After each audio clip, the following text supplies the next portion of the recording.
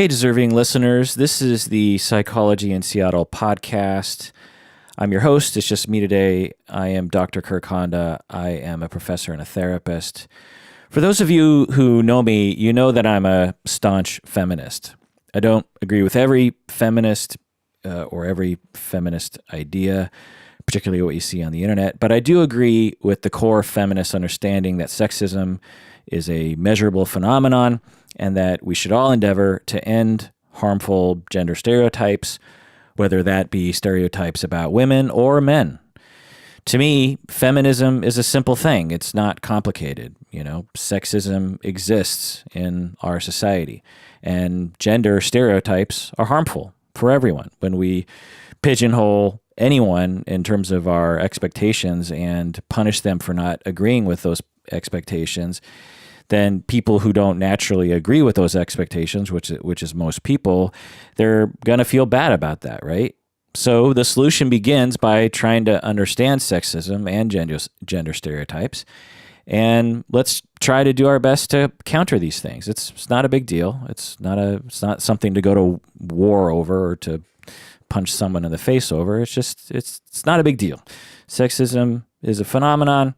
We might disagree on the degree, but I think we can all agree, or at least I thought we could all agree, because people on the internet, particular men on the internet, they think it's a big deal. They really disagree with me on this. I get daily hate mail from men calling me a mangina or a cuck or some other ridiculous name because they presumably find me on the internet and they hear me talking about sexism or feminism and they don't like what I'm saying. So they do what they can to attack me by sending me nasty emails and messages and stuff. And even posting videos. There are people who've posted videos attacking me, which is interesting that they would spend so much time on that. But anyway, at first, when I first started the podcast in 2008, and I've been getting hate mail ever since then. And at first, I would really feel hurt, and then I would get angry, and I would try to engage with them. But 99.9% of the time, it was useless to engage with these men. They would refuse to listen, even though I was really trying to listen to them and trying to give them the benefit of the doubt. They would get even more abusive and ridiculous sometimes, even though I was trying to interact with them. And they would all spout the same ridiculous propaganda. It's interesting, once you start interacting with these guys, you realize that they all come from the same location in our culture. It's interesting. Not all of them, but many of them. It's almost like they all get together, which is not true, but it's almost like they all get together on the internet and decide how they're going to attack people who talk about sexism and gender stereotyping. But anyway, so after years of this, maybe 5+ years, I just gave up. I stopped trying. Every time I engaged with one of these guys, I would feel drained for the rest of the day. I'm not joking. I mean, I feel drained right now just talking about this. I can feel it in my body. It feels toxic. And this is what I would feel every time I would interact with these guys, which was, if I chose to, it would be every day. And it's hard. It's toxic. It's upsetting. It's bothersome. So I gave up. I stopped interacting and just said, I'm done. And I'm done. I'll talk about feminism and sexism on the podcast, but if people are going, particularly now, if someone wanted to interact with me in a respectful way, I've always interacted with people. Anyone who's emailed me knows that I email them back real quick. But if people are going to be, I can sort of, I've received so many different messages on this topic that I can detect someone who's just not really interested in interacting with me. And so I don't interact with them. But then recently, this guy emailed me and asked me to be on his podcast. He asked me if I would talk about evolutionary psychology. I get asked to speak about evolutionary psychology sometimes, so I thought, yeah, that might be fun, and I agreed to be on his podcast. Well, I was a little busy at the time and a little lazy at the time, and I didn't research his podcast, which was a mistake. If I had researched his podcast, I would have seen that he's a staunch anti-feminist. I'm sure he wouldn't call himself that, but that's what I'm labeling him as. as an anti-feminist, I'm just saying he doesn't appreciate or is not compelled by the feminist rhetoric. Let's just put it that way. So we set up a time to talk, and we start talking over Skype, and he's recording, and for his podcast, and things are going fine. We're talking about evolutionary psychology, and then suddenly I realize we're no longer talking about evolutionary psychology. Somehow he's changed the conversation to be about feminism, not in a nefarious way, but somehow I found myself, wait, for the past 5 minutes we've been talking about feminism and not evolutionary psychology. And I thought it was just a temporary tangent, but he kept saying these little anti-feminist things that I just felt needed to be countered. And mind you, he's in the field of psychology. He's not a random dude. He's in my field. And I generally, I guess, always assume that people in my field are at least somewhat on board with the notion that sexism exists, right? But so I kept trying to find common ground with him. I kept figuring eventually we're going to find common ground regarding sexism, gender stereotyping. But that never happened. And the conversation sort of spun out of control. And after we ended the podcast, I was thinking about it, and I emailed him and asked that he not publish our conversation on feminism, which was the whole second half of we talked for, I don't know, hour and a half or something. So I said, the second 45 minutes, can you please just not publish that? Because I'm embarrassed about what I was saying. I wasn't prepared to talk about that, and I was speaking out of my ass. So could you just not include that? And I really begged him, and he, thank God, graciously agreed to do so. But on the agreement that I come back on his podcast to talk about feminism, presumably after I prepared for such a conversation. And I felt bad for making him cut half his show, because people have done that to me before, and I hate it, because it's like I spent all that time and you just, on a whim, you just want me to get rid of all this stuff. So I felt bad for making him do that, and he was being cool, so I agreed. As the date of our second conversation approached, I was really busy and maybe a little lazy, and I didn't have much time to prep for our talk. And I also was a little intimidated by it, because I'm not a huge debater. I'm not huge into debate. I tend to get emotional in those circumstances. I'm not a cool cucumber in those circumstances, and so it was a little distressing to even think about. And so I think I was avoiding it. But I did spend some time looking for strong evidence that sexism is supported by solid empirical science. And I found some, but nothing that I thought would be compelling enough to convince someone of his ilk. I have a large library of books. My library is I'm a bit of a compulsive book collector, and 99% of my books, if not more, are in the field of psychology. My library is so big that I have to put it in the garage because it won't fit in the house. It's the size of a car. It takes up one whole car space, if that makes any sense. I love going in there, by the way. I have a little seat and a little light. It's this U shape of just all these great books. And I have many books on sociology and feminism and sexism and, gender and all these things. But none of the books were written in a way that would help me convince someone that sexism exists. None of them were written in a way that would convince an anti-feminist. All of my books on feminism assumed that the reader is on board with the notion of feminism. None of them were written to convince someone who disagrees with feminism. So that was really frustrating. And I went down to my garage and, gathered, 30, 40 books, brought them up to my office, and I'm flipping through them, and I'm just not finding anything. And it was bothersome.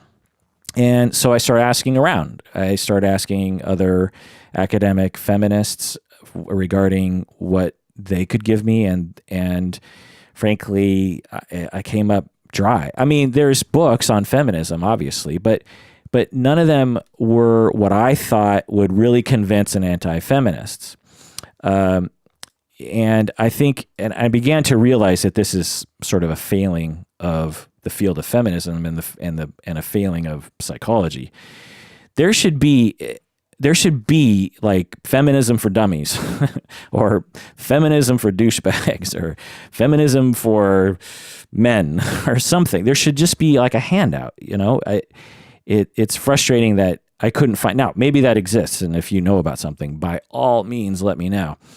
But I couldn't find anything. And to me, that should be at least cited as the first thing in every single publication about feminism and sexism and gender stereotyping. But anyway, now I did find some research though.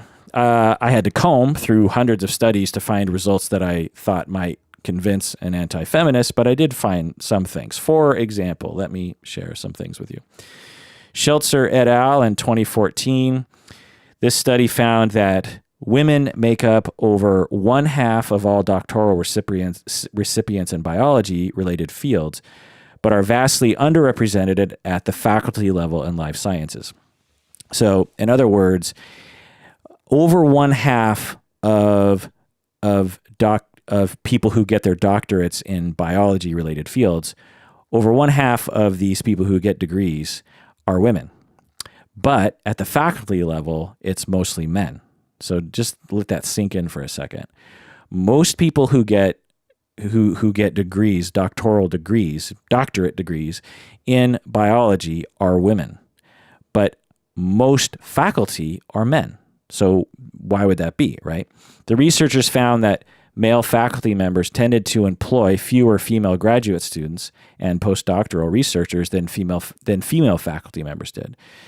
So you could say, well, maybe it's because women aren't ambitious or something. Well, right here we have one factor.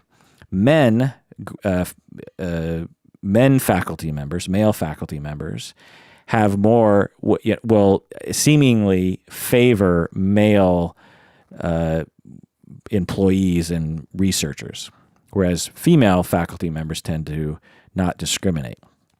Furthermore, elite male faculty, so really high-level male faculty, trained even less women than men. So at the elite level, they were even more discriminatory towards men.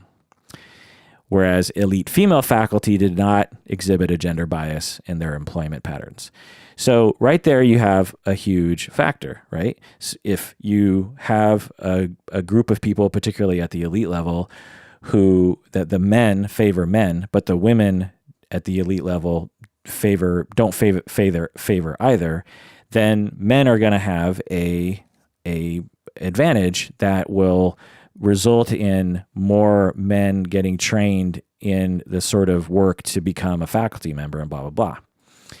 Now, to you out there, I'm guessing you're thinking, well, duh, yeah, sexism exists. But again, I'm trying to find empirical science that cannot be refuted by an anti-feminist. And it took me a long time to find this study because there's a lot of studies on feminism and sexism and gender, but none of them are, very few of them, in my opinion, were really geared toward convincing the anti-feminist that sexism exists, which you would think that would be one of the primary goals of gender and sexism research. But anyway, another study here by Mas Rakusina et al., 2012. In a randomized double-blind study, science faculty from research-intensive universities rated the application materials of a student for a laboratory manager position. So in other words, they double-blind study asked science faculty from research-intensive universities to rate applications. And each application was randomly assigned either a male name or a female name. So they would have an application that they would submit, and it would be identical whether it had like John or Jane.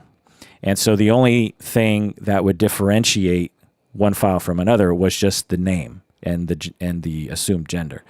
And faculty participants rated the male applicant as significantly more competent and hireable than the identical female applicant. These participants also selected a higher starting salary and offered more career mentoring to the male applicant. The gender of the faculty participants did not affect responses. Female and male faculty were equally likely to exhibit bias against the female student. Female students were less likely to be hired because she was viewed as less competent. So let's just really have this sink in for a second. To me, this is one of those slam dunk studies. Men and women both discriminated against female applicants, even though the application was exactly the same as the male application.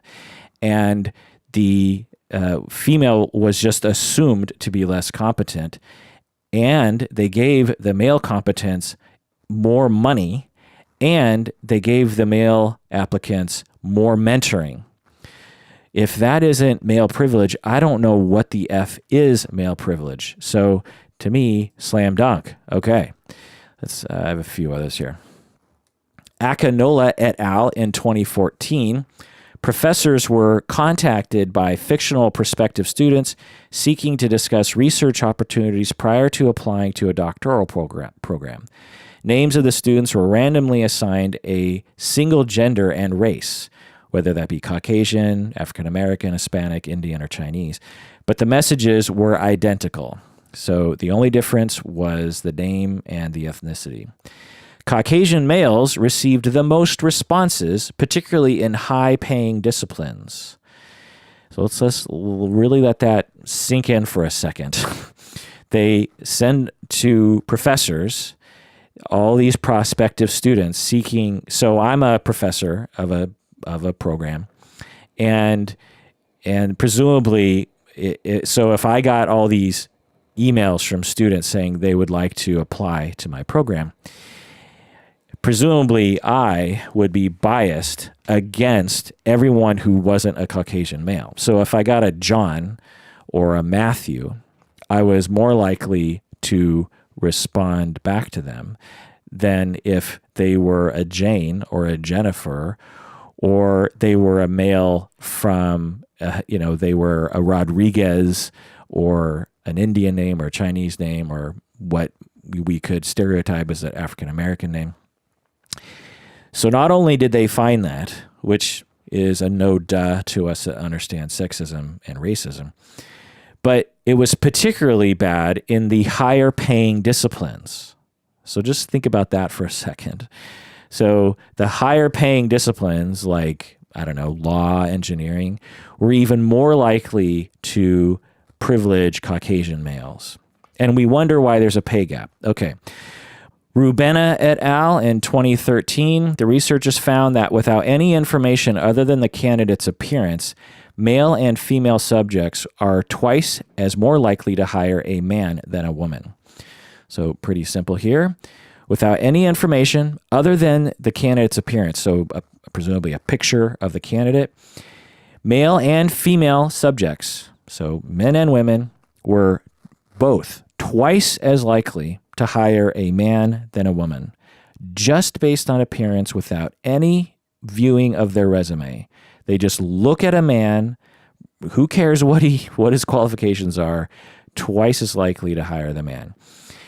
So to me, this is pretty definitive proof that our society socializes all of us to think as women as being one thing and men as being another thing.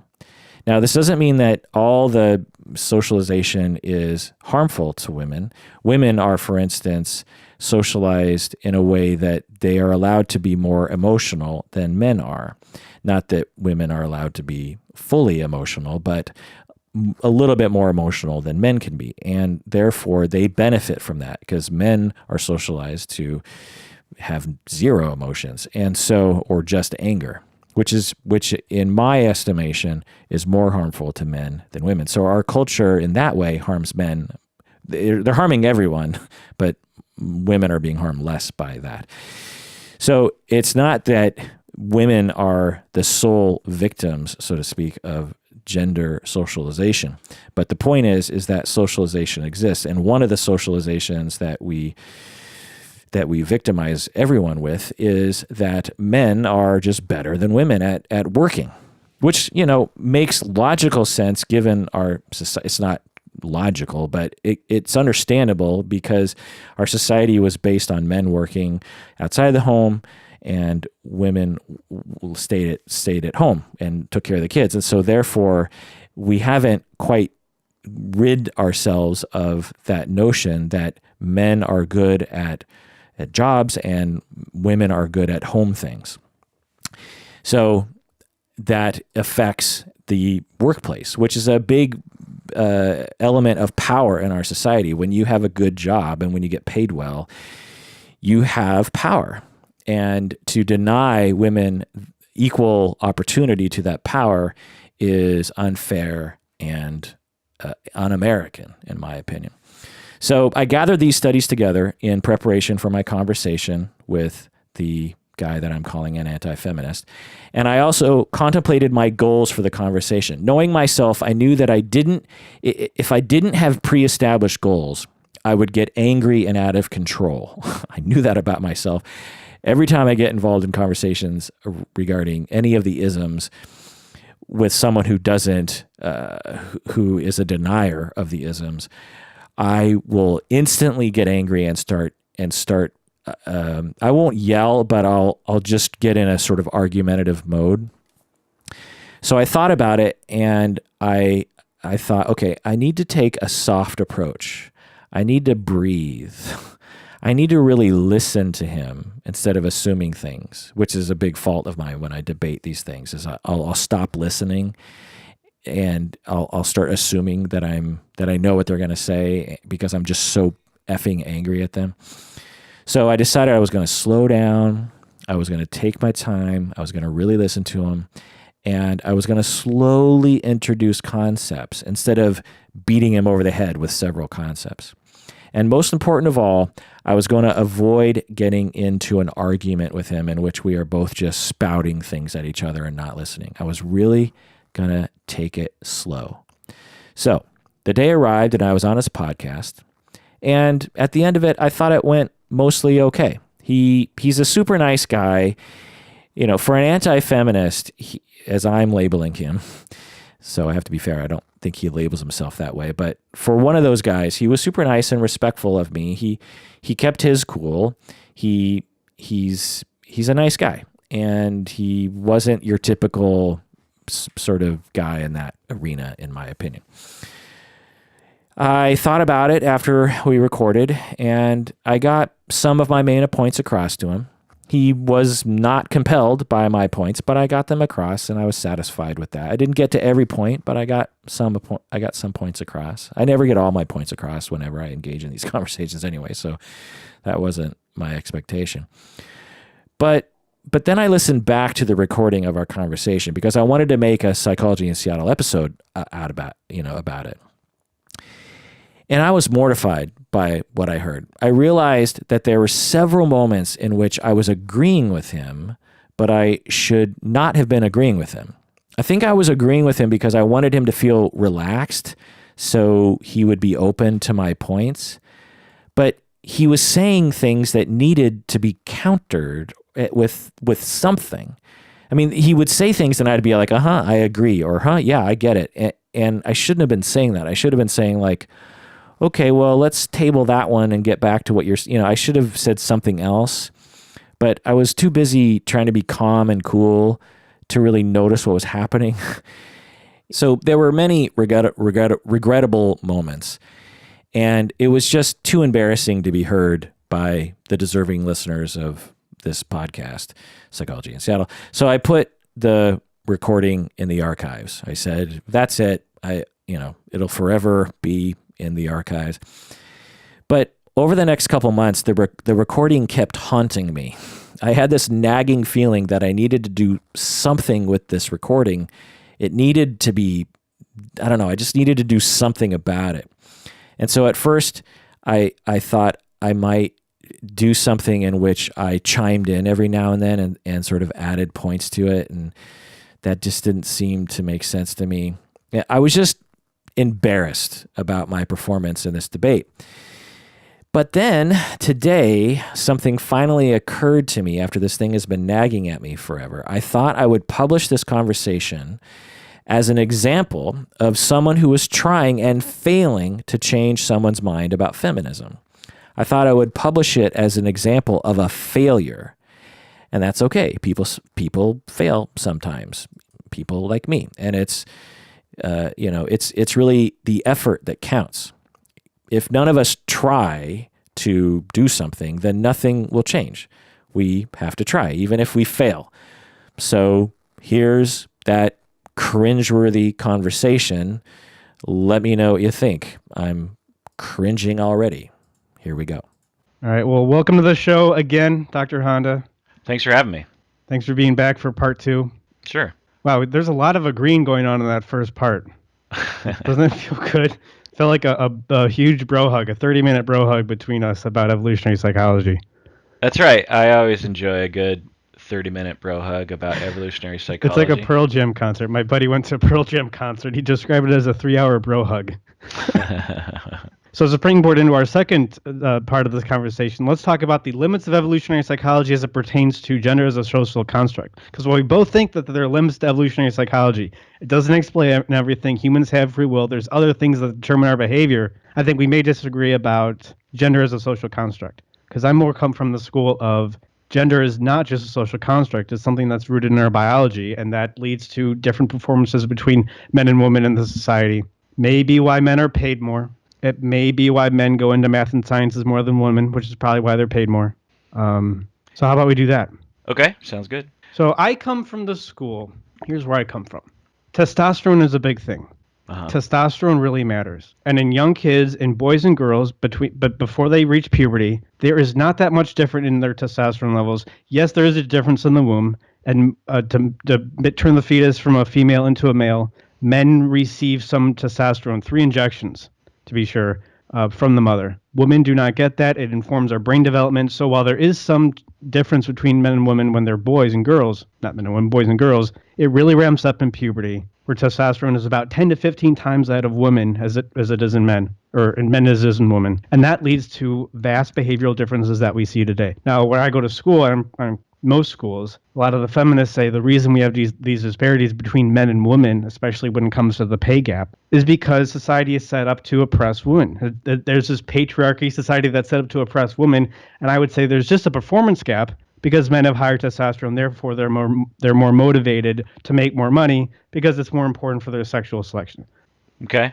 So just to clarify, is this a belief of yours or is this based on research? Well, it's based on research. I mean, it's belief based on research. It's not my religion. I mean, I would love to find research that proved otherwise. But I think what's going on in academia now is, just like during the Middle Ages, if you went to school, you were taught to be a very good Christian because that was the religion of the time and the religion ran the academic institutions. Part of being educated was reading the Bible. And I think we have a new religion now called feminism based on Marxism. I mean, it is rehashed Marxism. And I don't mean women as equal to men. Of course, women are equal to men. But what feminism has become, especially in the last, 30 years, it has set up this Marxist sort of class structure between men and women. And that is what I think is a religion. And I think a lot of the research just goes to confirm the religion. But of course, it all depends on how you read it. So I know I said a lot there. No, just trying to clarify. So religion meaning not valid?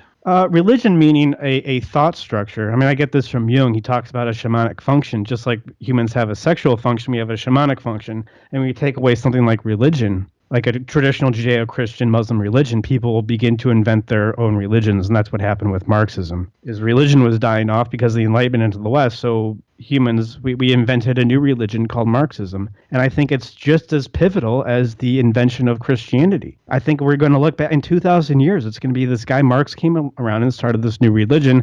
And I think and in the dying Roman Empire, when they were struggling with Christianity and slaves were running off and joining this cult called Christianity, and they were seeing themselves as equal with their owners, I think that's what's going on with Marxism now. We're still trying to struggle with this, but I call it I'm going to call it a religion in the sense that, there's a narrative to it. There's a narrative just like religion. There was once this Eden, this pre-capitalist society, then capitalism came along, divided everybody into these class structures, which determines their identity.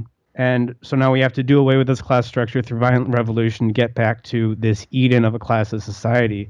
Now, feminism took that narrative And instead of the have and have-nots, they replaced it with the penis havers and the penis have-nots. And they provide the same sort of struggle. And a lot of feminist therapy revolves around fixing society. It's not about fixing yourself. And this is from the horse's mouth. It's not about fixing yourself. It's in order for women to be mentally healthy in society, we first have to fix society to get rid of this so-called patriarchy. Does that help? Kind of. So are you saying that feminism is a religion? That's what you're saying? Yes. And your definition of religion is something that people construct that is not based on evidence. Yeah, that's part of it. What's the other part? But I think the bigger part of religion is we created this narrative of falling from some Eden, this shamanic spirit world, this Eden that we have to now sacrifice in this future or in this present to get back to.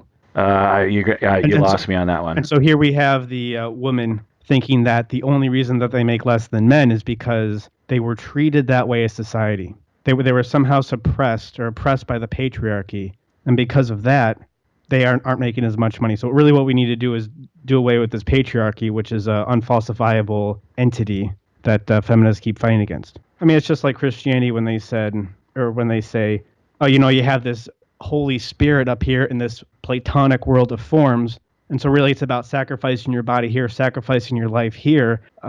You're putting yourself to this regimen of duties and ascetic rituals to elevate your spirit back up to a spirit world.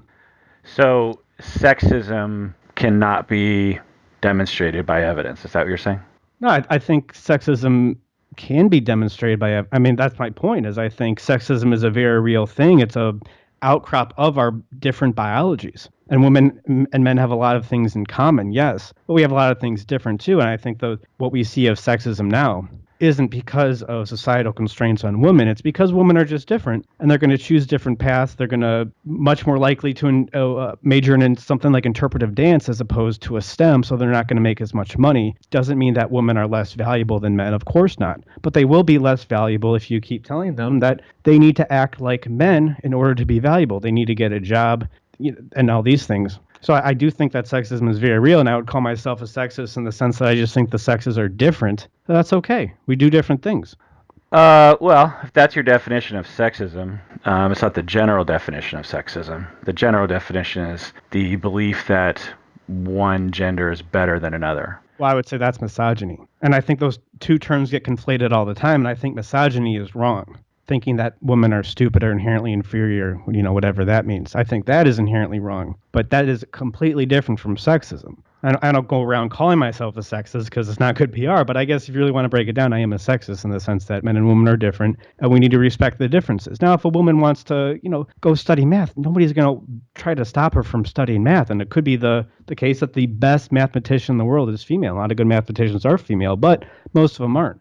But that doesn't make them any less valuable. Yeah, to say that men and women have differences in general is not sexist, Men are, on average, taller than women. No one would say that's a sexist statement, right? No, but you're right. It's not sexist, or it's not sexist in the traditional sense to say that there's differences between men and women, but I think a lot of what's going on in feminism now, and I'm not blaming you I'm not saying that you even agree with this. I don't know. You tell me what you think, but a lot of what's going on in the feminist movement now is trying to get rid of the sex differences as much as possible. And whenever I try to call attention to the fact that there are sex differences, I mean, my classic example is I think women are just as capable of being good lawyers as men are. But why are 80% of the partners out there men? I think it's because there's more riding on a man becoming a good lawyer or making a lot of money or being the head of a partnership.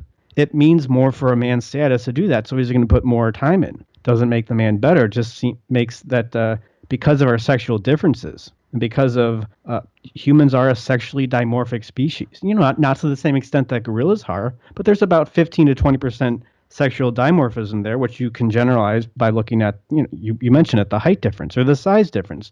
Men are about 15 to 20% larger, weight-wise. Well, you said something interesting that I want to clarify. You said that a man is more likely to become a partner because societal pressures on him to provide. Is that what you said? Well, I don't think it's because of societal pressures. I think those are the very real biological pressures So of how men compete for status and what that means for your mate selection choices. So men are going to be much more likely to compete to make more money because it matters more for us. inherently in our biology, it matters more to us. I think inherently in our biology. Now, it doesn't, it's not everything, but I think there is a significant enough of sexual dimorphism in humans, about 15 to 20%, that would account for. And it would say, yeah, men are going to make more money than women. They're going to try harder. They're much more likely to work longer hours.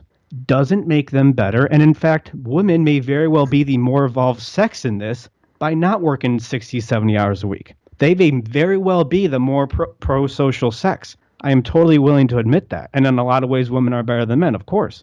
But if we're talking about explaining away, let's just take the wage gap. That's a, pretty common topic that people talk about nowadays. In order to explain away that, I don't think it's because there are societal structures like the patriarchy, because there's essentially no proof for that, especially when there's a preponderance of biological data saying, look, women don't have the testosterone levels to drive them and to focus well, and it's not going to benefit their mate selection, even if they do make partner. It may not benefit the man's mate selection either. Like we discussed on the last podcast, he has a wife that he cares about, and even if he makes partner and is able to have sex with the secretary, doesn't mean he will. But I think if we're speaking in generalization, that's a fair point to make.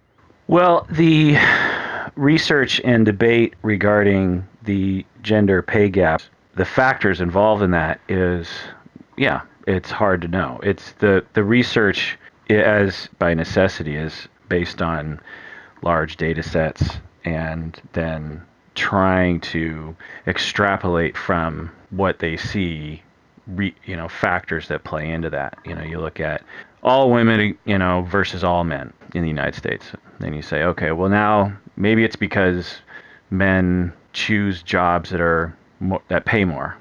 Well, then you look at men and women in the same profession, and you find that men are still paid more. And then you look at, well, maybe it's because women choose to stay home with the kids more, and that's a factor. And certainly that would be a factor. Or the fact that they have kids and they have to commit themselves to childcare, which I think is extremely important. That often gets overlooked as seen as less than by the feminist movement. But when they look at those data, they find that even regardless of the man or the woman who stays home or considers themselves to be taking care of the kids more, women are still paid less. Not, tremendous, we're not talking like the same disparity when you just look at the overall. Because when you look at the overall data, just men versus women, you see a pretty large gap. Can't remember the exact figure, but it's about women make about 75% of what men make. Right. So it's it's pretty large. But as you start to look at these other by job in the same industry, in the same location, men and women make the same. Until women start having children, then their pay starts to drop, and that makes total sense. The men are more likely, not all the time, but they're more likely to stay around and put the time in, whatever it means, let's say a law firm, to make partner. There is a factor of sexism involved. How to figure out the weight of that factor is hard because, again, the only way you can do that is through experimentation and where you control for all other factors. Well, wait, how do we know that a factor of sexism is involved? Well, I would have to find the empirical research here. I mean, it's my understanding, correct me if I'm wrong, but people always talk about the gender pay gap, but when it comes out in the same job, the same industry, the same location, men and women make the same. No, it's not. That's not actually accurate. And in fact, nobody even mentions the gender pay gap anymore because it's just been debunked so many times. It's been challenged, and I think it's fine to challenge it. It's just hard to know based on. It's hard to derive any conclusions based on that kind of research where you just take wide swaths of data without controlling for any factors and then attempt to control for those factors. It's just hard to know anything. So it is debatable because it's not an experiment. It's not a controlled experiment. But I'm trying to find my controlled experiments regarding gender. Give me a second. Well, it's my understanding that that's all pretty much been not disproven, but it's shown that the empirical research doesn't add up. And then we take into account the fact that women don't choose STEM as much as men. I mean, the pay gap between Asian men and white men is much larger than the pay gap between white men and white women. Now, nobody would say that that's because white men are oppressed in society, or there's this systemic oppression against white men, like the Asian patriarchy or something. Nobody says that. We go, oh yeah, well, Asian men, they choose STEM professions much more often than, I mean, you're going to find a lot more white dudes in a college majoring in marketing than more Asian guys in the STEM department. And that's why they're going to make more money because, for whatever societal reasons, technological advancements in society, if you go in the technology field, you're going to get paid a lot more money. And I think the same is true between the pay gap between men and women.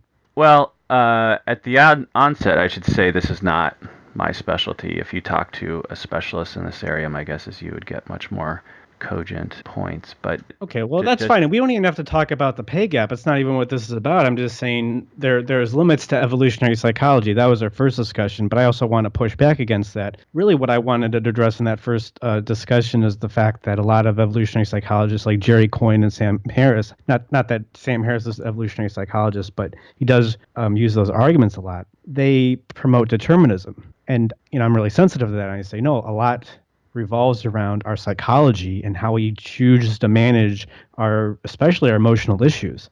But that doesn't mean that evolution doesn't have some say in our behavior. And, right. So while I want to push back against the evolutionary psychologists, I also want to push back against the postmodern feminists and say there's no such thing as gender, because there is something called gender. And it comes down to testosterone levels.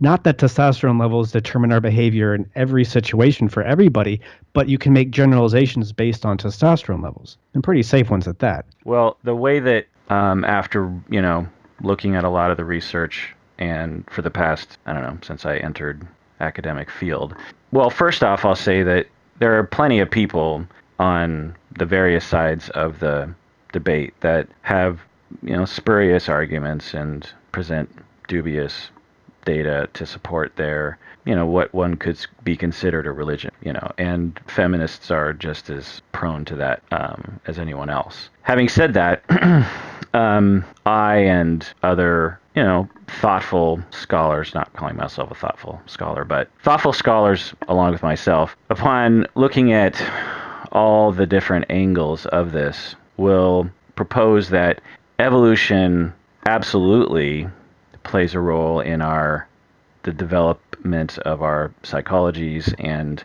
gender, our hormones, likely play a role in that. They also all, including myself, agree that we're socialized within our cultures, and gender is a part of that. It's not the only part, but we're socialized to think a certain way, to act a certain way, to think of others in a certain way. And that socialization affects our identity, affects how we see ourselves, and therefore affects our ideas of our own aptitudes, our own abilities, our own limitations, and others' aptitudes, abilities, and limitations. Which, when you add all that up, you get what, the society we live in right now. Now, empirically trying to delineate between factors of socialization and factors related to biology, as we talked about before, is extremely difficult, if not impossible, given our current scientific ethics and abilities. You see a difference in boys and girls math scores. Is that related to hormones and brain development in utero during puberty? Maybe. Is that related to the way that we socialize boys and girls? Maybe. And there's been a lot of research in this, but it's the only way we would absolutely know is if we made robots raise children, babies, of different genders in the exact same way, and then tested their math scores at the end of that time. If they were different, then we would say, well, obviously there's a biological factor, but we just can't do that. Well, does biology play a role? Maybe, but we just don't know. And to deny biology is not the consensus, but also to deny socialization is not the consensus. Does that all make sense to you? No, that makes sense. I guess I'm coming from an environment, I still have PTSD from grad school, or from getting my master's, when people would definitely deny the biology. So I'm pushing back. And I understand that everything has a role. And I understand that if you take a young girl and you train her in math for 30 minutes every day, she's going to do better in math. And maybe we won't be as likely to train young girls in math.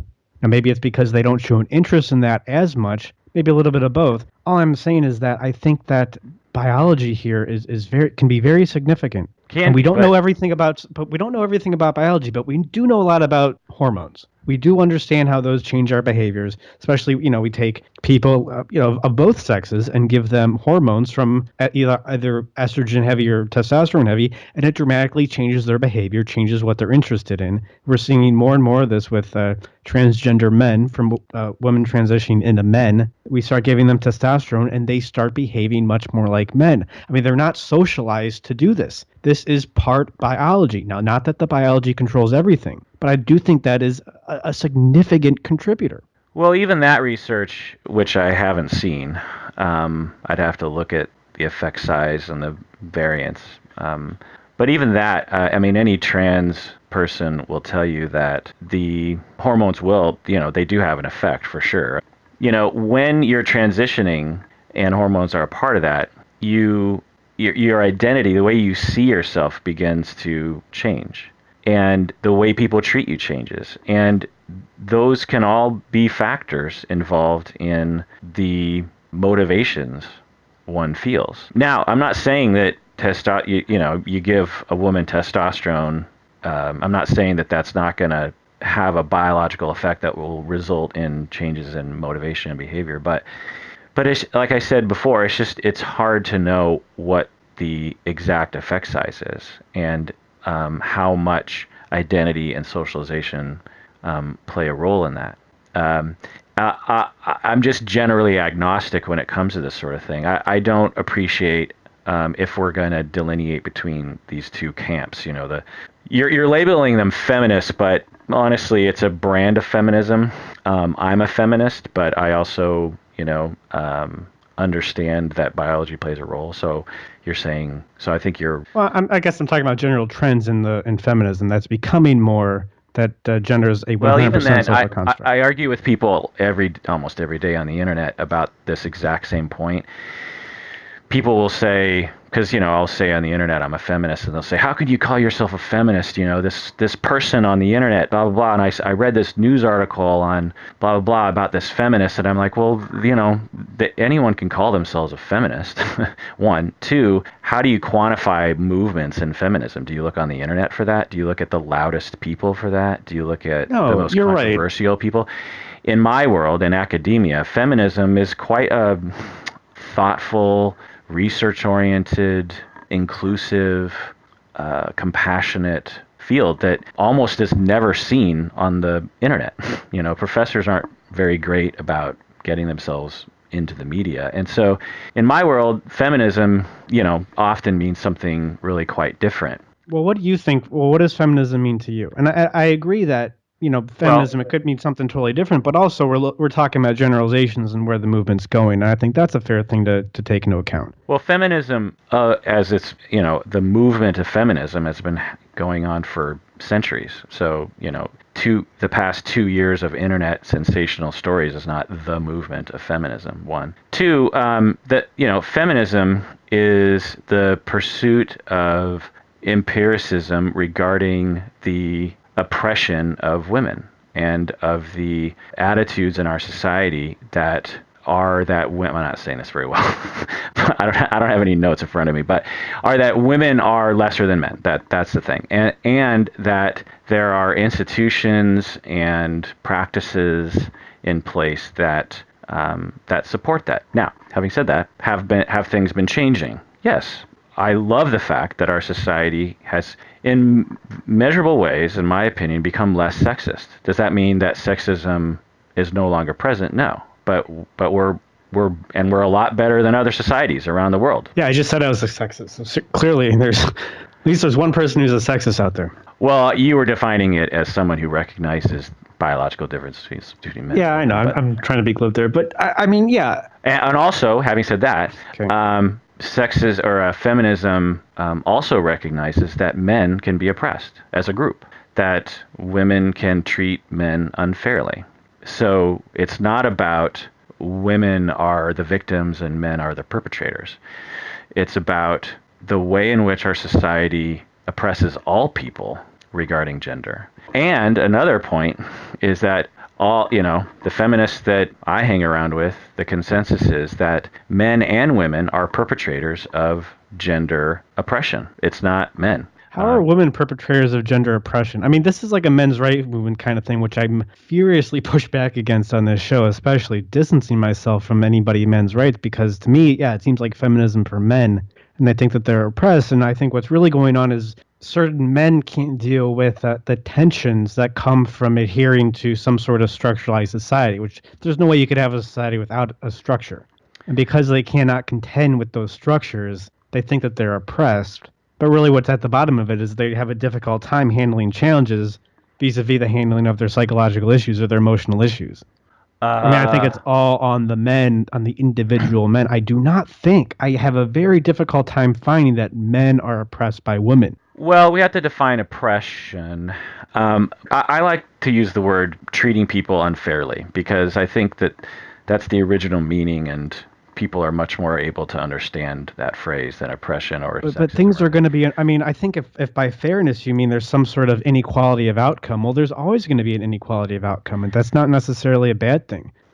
Studying outcomes are, it's a wonderful thing to do, but it's a confluence of literally thousands of factors, so it's hard to, nail things down with that kind of research, again, because we're not doing experimental research, we're doing survey research. But anyway, can a group of women, or has a group of women, singled out men as a group and said unfair things about men? Yes, that happens all the time.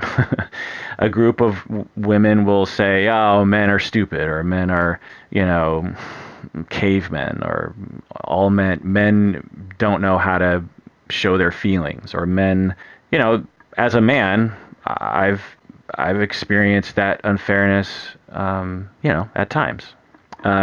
So in that way, women can, quote unquote, oppress or treat unfairly men. That can happen. The point is that gender is a weird thing in our culture, as it is in, I'm guessing, every culture. And we will pigeonhole people in ways that is limiting to them, and puts down their self-esteem regarding particular things that they might want self-esteem around. And we also will be traumatized by gender. For instance, you said PTSD, but when you were in graduate school, in your experience in those discussions in class, it didn't feel good to you. It felt, well, tell me how it felt, because I could guess how it felt because I've been there before, but tell me how it felt during those discussions for you. Yeah, I guess it didn't feel good, but it really was more, I was totally flabbergasted that people would actually believe, that this room full of women believe that women and men are the same thing biologically. And right, but so why? the outcome was necessarily some sort of patriarchy, which they can't prove. And how many times did I tell them, you guys are probably all atheist agnostic, but this is your new religion that you're using to frame society, or to frame your own belief system and frame the meaning for your life. Yeah, I felt like I wasn't heard. I felt like they didn't understand me, but I didn't feel oppressed in any sort of sense. It was just a conflict of ideas. You felt unheard, and you felt, what was the other word you said? Like they didn't understand me, which I guess is sort of like being unheard. But that's not the same thing as oppression. I mean, no, it's fine. You don't walk into every situation and expect that people are going to understand you. That's just part of being a human. Right. Maybe it was my fault that I need to learn to communicate my message better, which I totally understand. Yeah. You're free to, define it as excuse me, as oppression or not. But the point is that I'm trying to make is that in those experiences that you had repeatedly over and over again, and my guess is also tried to engage in some kind of friendly debate, and having it go not so well, maybe even terribly. Did it go terribly? I mean, yeah, it went terribly at times, sure. Yeah. Well, terrible for me is the conversation just stops. Right. And that's terrible. And then everybody throws their hands up and thinks I'm this misogynist. Right. And then the conversation stops and move on to something else, and I'm left there going, wait, what? Yeah, I'm glad you're sharing that. I've been there in a way in other contexts, but it feels horrible, to have a group of people consider you to be some sort of evil Nazi. But isn't that good in a sense? Now we get to deal with how that feels, and we got to come to terms with that, and we go, wait, am I really some sort of Nazi? I think those are all healthy thoughts to have. So it's not about the quote-unquote impression so much. It's really about how we respond to it. So it's really beholden to us to say, well, how do I deal with this? Now this is my issue. Right. But my point is that you have been traumatized by gender in that moment, if I might, put a label. Well, traumatized like is a pretty strong word. I wouldn't. Well, I use trauma in the Freudian sense of it's a difficult emotional experience that kind of sticks with us. Okay, sure. And we've all been there, We've all been traumatized by gender, and that's another feminism topic, is how our gender discussions or gender clashes or gender politics is traumatic. Yeah. For us, it makes us feel unheard. It makes us feel judged. It makes us feel marginalized, and it hurts our feelings when people don't listen or don't give us the benefit of the doubt or don't try to understand us. And feminism, true feminism, recognizes all that. Yeah, but I think it recognizes it for the purpose of trying to get a lot of victim cards and to get people to pay attention to you because you've been oppressed. Like it's some sort of bad thing. That's how I see it. It's some sort of oppression Olympics. That's not my terminology, but there's some sort of oppression Olympics. Who can be the most oppressed? And yes, we're all traumatized in certain ways, but I would say that's a good thing. You want to be the buzzword on campus now is triggered. Well, I think it's good to be triggered. I think it's good that I would put in those situations where I try to express an idea and everybody thinks I'm a Nazi, whatever. That's good. That's good for me. It all depends on how I respond to that and how I choose to manage my own issues. Now, but the problem is that feminism just sees psychology as, okay, who's oppressed, who has the power? I mean, it's Marxism, it's rehashed Marxism, like I said at the beginning of the show. It's all about who has the power, who has the privilege, who doesn't, and that's what structures our society. I say no, those quote-unquote privileges are part of every society, and it depends on what situation, who has more quote-unquote power or privilege. But even if you're a person in a situation with not a lot of power, that's good for you. Now you have the opportunity to learn how to deal with that and learn how to manage that. Freud would call it an Oedipal complex. How do you deal with the fact that there's these quote-unquote more powerful men in the room who are perhaps larger and stronger than you in the context of academia, who have tenure and more people listen to what they say than you? I think that's a very important situation to be in. I'm not exactly sure what you're saying, but just to respond to one thing that you said at the beginning, trigger thing is it's a thing. But I'm a program director at a university, and I can tell you that it's not a thing on my campus. That as a campus at Antioch University, we have, navigated that without it becoming a problem. And we talk about... What do you mean it's not a thing? Like you don't care if a student says I was triggered? You don't... Students don't say that. And these are, the liberal of liberalists. Because not only are therapists, as you know, tend to be liberal, but Antioch University is known for being extremely liberal. So... okay, well, that's great that if you don't subscribe to that sort of thing at Antioch. It's not that I don't just subscribe to it. It's that the internet loves to highlight particular anecdotes. Well, I don't get this from the internet. I get this from my personal experience. I mean, yeah, I do live in, it's New York, so, it's a sort of an echo chamber. But I'm out to dinner and girls say, oh, I'm triggered right now by what you just said. And if you're saying the kinds of things you're saying to me right now, yeah, I could see how, they might say. Personally, I wish they would not say triggered, honestly. And I've said this publicly in the past, which is the word trigger is originally from PTSD triggers. Like you take a Afghanistan veteran and you make him watch Saving Private Ryan. Yeah. Well, before randomly just showing that movie, you want to be like, if there are any vets or anyone who's experienced traumatic war or violence, I just want to say, trigger warning, you might want to not watch this if you have PTSD. That's what trigger warning means. To not like something or to get kind of riled up about a topic is not valid use of the term trigger warning. Now, maybe some people do have PTSD regarding this topic. I don't know.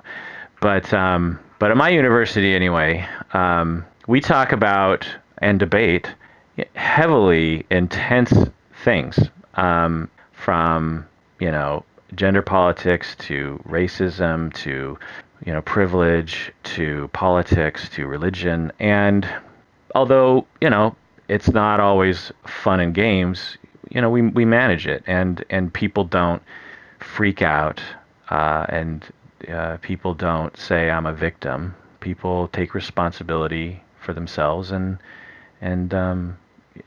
try to listen, try to understand. Okay, well, you don't see the trigger warning problem, the lack of free speech on campus, because you don't see it on your campus, so you don't see it as a problem in the culture as a whole. But I think that's where it's going, and maybe you handle it well at Antioch. I think that's great, and I'm sure I mean, I asked you to come on this podcast. You come on this podcast, and you're free to talk about things, and you're fine with everything I say. So I'm sure you're not part of the problem. I was never blaming you. I'm just saying, in general, this is becoming more of a thing. And I think that's the narrative that a certain group of people on the internet that they have. Well, that they're building. Maybe they have that narrative, but I have that narrative from just recognizing what people do and do not talk about on college campuses. But I encourage you to incorporate what I'm saying as more data into the narrative, that there are things that are happening and there are things that are not happening. Like the anti-fascist thing that just shut down that speaker at UC Berkeley. Yeah. Like that. Now, how many speakers or how many protests are shutting down right-wing speakers? Not that it's about left or right, but we understand if there's a lapse in free speech, we understand generally. Maybe not at Antioch, maybe not all the time, but we understand generally where it's pushing towards. And that's what I'm talking about. I understand that people will try to play up the free speech problem for their own political ends, just like anybody would do that. But I think there is some truth to it generally. Part of it's from feminism, maybe not your brand of feminism, but there's an overall brand of feminism that's pushing for this, that's pushing for the lack of free speech. Well, part of the problem in any arena, left versus right, feminism versus whatever you want to call the other side. Men's rights. I don't know. I wouldn't call. No. That's one of the other sides, but I think there's a general other side that just isn't compelled by what feminists are saying, I suppose. Is that it's important to recognize the difficulties that people go through, meaning that when a quote-unquote feminist stands up and starts screaming something incoherent, or a men's rights activist stands up and says something ridiculous, it comes from a place of frustration and of yes. It probably, in my estimation, comes from a place that is reasonable, but by the time they open their mouth, they're unreasonable. But when you're treated unreasonably, a lot of the time it can produce unreasonable behavior. And I won't go into specifics, but I've been on both sides of that myself. I've experienced, I'll come upon someone who just starts, going off against me. And at first I'm just like, okay, you're ridiculous, and you and your group of people are ridiculous. But the more I look into it, the more I realize, I'm like the 1,000th person that they've bumped up against, whereas I've never bumped into that person or that group of people before. And they're just so frustrated. Just as an analogy, my name's Kirk Honda, and so and I'm 46 years old. So for 46 years, people have been noticing my last name of Honda, and and the further I get outside of Seattle, and the further I get outside of the West Coast, the more comments I get, because Japanese people are fairly common out here, or at least Asian names, and so, but if I'm outside Seattle, and I always notice it, and I always cringe before I have to tell my name. People make a joke. In and of itself, the joke is completely innocent, comes from a fine place, and is harmless. But by the 10,000th frickin' time I hear the same stupid joke from the same white person outside of my area, it just, I'm like, okay, I'm 46. What's the likelihood you're the first fucking person that told me that joke? Like, the joke itself is fine, and not mean. It's just they're just making a joke, which is fine. But like I said, by the 10,000th time. So my point is that when we see things that are happening on the internet in particular, because the gaze of the internet goes toward the most sensational example of anything, whether it's feminism or marches or protests. It always focuses on the most interesting, shall we say. I always just imagine, like, okay, well, where did that come from? There must be something reasonable that generated that ball rolling to the point where now it looks like it's out of control to me. It's similar, like when I was in the 90s and there were the riots after the Rodney King ruling. Are you old enough to remember all that stuff? I was actually in Los Angeles. Well, I was in Yeah. Los Angeles 2 weeks after. I was pretty young, though. I don't really remember it. In my imagination, Well, I saw fire in the distance, but I think that may have been an invented memory. Well, in another 10 years, you could be ground zero in your mind that, just keep heading in that direction. Yeah. When I was, living in Seattle at the time and saw the riots on TV, and I just thought, like, my God, what's wrong with those people? They're rioting, they're what do you call it? Looting. They're looting. What are you doing? It's 1994 or something. What's wrong with these people? They're criminals. A whole group of people who look similar are doing just horrible things. I mean, these businesses are owned by black people or Asians. They're not even owned by white people. What's wrong with these people? I remember thinking that. I remember just thinking, like, what's wrong? Mm-hmm. Well, upon studying racism, particularly in LA, and police brutality and unfairness and political oppression of groups of people, and then, like, particular cases where black people were killed and just no reaction, and then a white person's killed by a black person and there's a strong reaction. And the documentary about OJ that came out last year provided some excellent background on that. And I've come to totally see where all that comes from. Yeah, but wasn't that all exposed as a myth? I mean, even the New York Times was talking about it. I mean, black people are not killed at a higher rate than white people by the police. I mean, they're killed more often because black people commit more violent crimes, but per capita. Well, that's not what I'm talking about. What I'm talking about is, looked at just from the outside, a riot in LA among black people, from my outside eyes, looked ridiculous. They all looked unreasonable. They all looked, evil, frankly.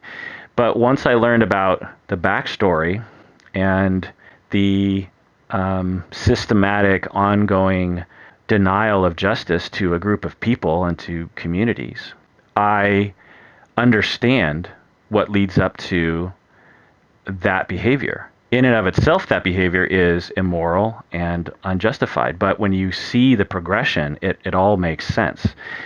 I'm Japanese. Take the bombing of Japan by the 2 atomic weapons. People with limited understanding of history and of World War II will look at that act and see it purely as this act of evil. And I'm not saying it isn't an act of evil. Any killing of anybody is potentially an act of evil. But what people don't know is the progression that led up to the dropping of those bombs. And I won't bore your listeners with a brief history of World War II. Yeah, but I bore my listeners. Leave that. That's my responsibility. But suffice it to say that once you learn about each step along the way, and this goes, prior to 1945, it goes back decades of, like, war and ethics and body counts and carpet bombing and incendiary bombing. Like, once you learn all the different details and the progression, although you could label it as evil, whatever, but the dropping of those bombs makes so much more sense given the context. So my point is that when you have someone, this is all coming back to the beginning, which is that when you have a particular woman in your master's class, and she seems to be unhinged or unreasonable or rigid or reactive unfairly to you, it's unknown what the context was that led her up to that point. And that doesn't justify it. It doesn't mean that you should just take it. And it doesn't mean that you haven't been harmed, because I've been harmed in that way. But it does provide a context of understanding of how that reasonable, likable, compassionate, good human being ended up committing that behavior. And that is where I, as a compassionate observer of our society, always try to figure out, where did that come from? That really helps in moving the conversation forward. You're just talking, understanding, what motivates people, understanding why people would be feminists. Yeah, I think that's really important. And of course, if you look at it from that way, I totally see why feminism would exist in the extent that I see it as on campus. Maybe not you so much, but it makes sense. People do feel oppressed by society. Now, how true that is a different question, but the point is they feel it. And if you feel that sort of oppression in some guy like me, a white male who could be an embodiment of evil, then that makes sense. I of course understand where it comes from. I mean, the Nazi thing. We think, oh, Nazis they're the worst people. No, they were regular people. A lot of people in the Nazi Party, they were regular people. We forget that. Let me just throw this out there for you. Research by Mas Rakusina et al. In 2016 or 2012. Randomized double-blind study, science faculty from research-intensive universities rated the application materials of a student for a laboratory manager position. So they got a bunch of professors to rate whether or not someone should be hired or not. And each application was randomly, and it's important to know that science faculty, because science is stereotypically a male profession. Mm-hmm. Each application was randomly assigned either a male or a female name, even though the applications were identical, you know what I mean? Faculty participants rated the male applicant as significantly more competent and hireable than the identical female applicant. So just based on their name only. These participants also selected a higher starting salary and offered more career mentoring to the male applicant. Also, in relation to what we were talking about earlier, the gender of the faculty participants did not affect responses. In other words, female and male faculty were more likely to exhibit this bias. I have tens of other studies summarized here in my notes that all demonstrate a general bias in particular fields in particular. Yeah, but the question remains, where does that bias come from? I mean, that could be a very healthy bias that the people who are choosing for the job have. Well, your hypothesis is that men, because of their biology, on average, are perhaps better than women in particular fields, correct? Yeah, sure. And women, because of their biology, are better than men in particular fields. But what you're not saying is that all men are better than all women. Of course not. So there are two bell curves, is what your hypothesis is based on biology. Well, these applications are exactly the same. How could someone know that? So, they're looking at one applicant and their qualifications are all there. Female name. Same application, qualifications are all there. Their GPA, their, GRE scores, everything's exactly the same, indicating the exact same aptitude. The only difference is a different name indicating gender. And that definitely indicates bias, of course. But my only question to you, and I'll let you have a final word after this, is it matters where the bias comes from. I mean, maybe the bias for these people choosing for this job and are in favor of men, I mean, maybe that comes from a real place if they just had an easier time working with men because men are more adapted for the sciences and just STEM in general. I mean, I'm sure you'd have the same results in applying for a daycare center. You have the same resume, but if you put a man's name on there, they wouldn't like it as much. They would bias the woman. I mean, these are all speculations, but you have to admit, and you did, that bias is a factor in our lives and in the opportunities afforded to people. And this isn't just against women, right? Like if you're a nurse and you're a male, you will experience marginalization, right? Because nurses aren't men. The point is that gender plays a role in shaping our lives and in what opportunities are granted to certain people. Of course, there's disadvantages. Yeah. I guess my point is I think it matters more what you do with your disadvantages. I mean, it's just like everybody has baggage, but I think what really matters is how you manage that baggage, how you manage the fact that people are going to be disadvantaged towards you because you're a woman working in a lab. Now, there's ways to use that to your advantage if you're a woman working in a lab. And I'm saying if you just focus on people are going to be biased against you, then that's going to hurt you way more than any bias that the hiring process has in it.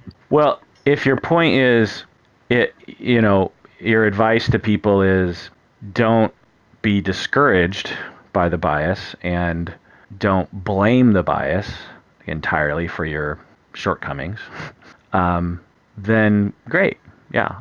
I don't know. I mean, I think it depends on the situation, but if that's is that your general advice? Yeah, I think that's part of it. I mean, no way would I ever say that bias doesn't exist. I mean, I don't want to make that claim. I'm just saying some things are way more important. And I don't think the bias in this hiring. Well, everything's important. Every to science and to our society and to academia and to social change, everything's important. Some things are perhaps I think not. But if we start blaming things outside of ourselves, which is inherent in collectivism, then it becomes an infinite regress. If an individual says, I'm not going to, a woman says, I'm not going to try to become a scientist because it's a male-dominated field, then your advice applies. You can do it. Just put your head down and figure it out. That's fine. But to say that as a society and as academics and as therapists, we should not focus on bias and not attempt to change it. Is that what you're saying? Yeah, well, all I'm asking is where is this bias coming from in the hiring process?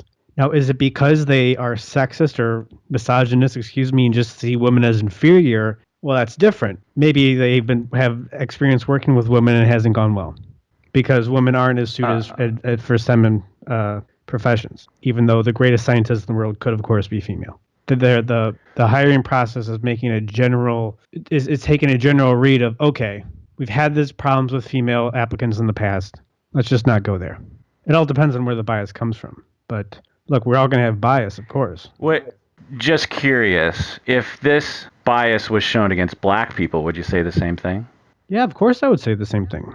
That, for white scientists, faculty, because they feel uncomfortable with black people in the past, they shouldn't hire black people. Well, it's not that they felt uncomfortable with black people. I mean, again, who knows where the bias comes from? Now, maybe it comes from the fact that there's, problems in the black community now that they don't want to deal with in some sort of scientific endeavor. That makes total sense. It's not because black people are inferior. Of course not. But I think we'd be lying to ourselves if we're not talking about some sort of problem in the black community.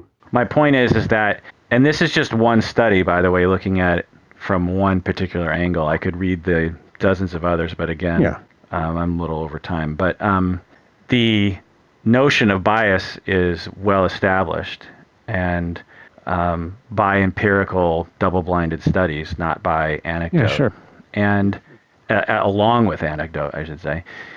And where that comes from is, by consensus, the socialization and the stereotypes that we hold in our culture. Now, are some of those stereotypes based on some sort of biological underpinning? Maybe. But the vast majority of those biases have no basis in any kind of quote-unquote reality or real factor other than just the way that we categorize people. Jewish people are tight with money. Black people are good dancers. White people are Trump supporters. Whatever stereotype, we have. Mm-hmm.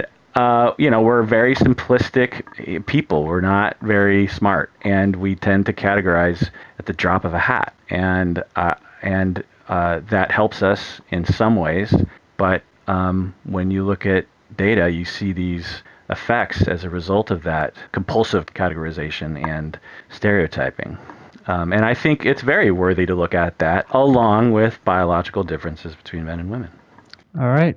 Well, thank you for that final word, Dr. Honda. Appreciate you coming on the show again. Thanks again for your time. Much appreciated. Again, where can we find you? Psychology in Seattle is the podcast. All right. AnimusEmpire.com. And what do you guys do over there? Yeah, there's a huge team over here. It's not just me, I swear. But we write articles on psychology, specifically revolving around male psychology. We also publish a magazine. I have a really awesome book that I adapted from my dissertation called Man's Guide to Psychology. Great stuff.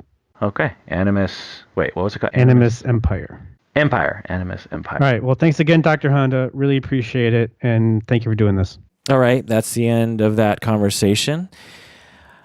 Let me know what you think. I was cringing the entire time. Please take care of yourself out there because you all deserve it. You really, really do.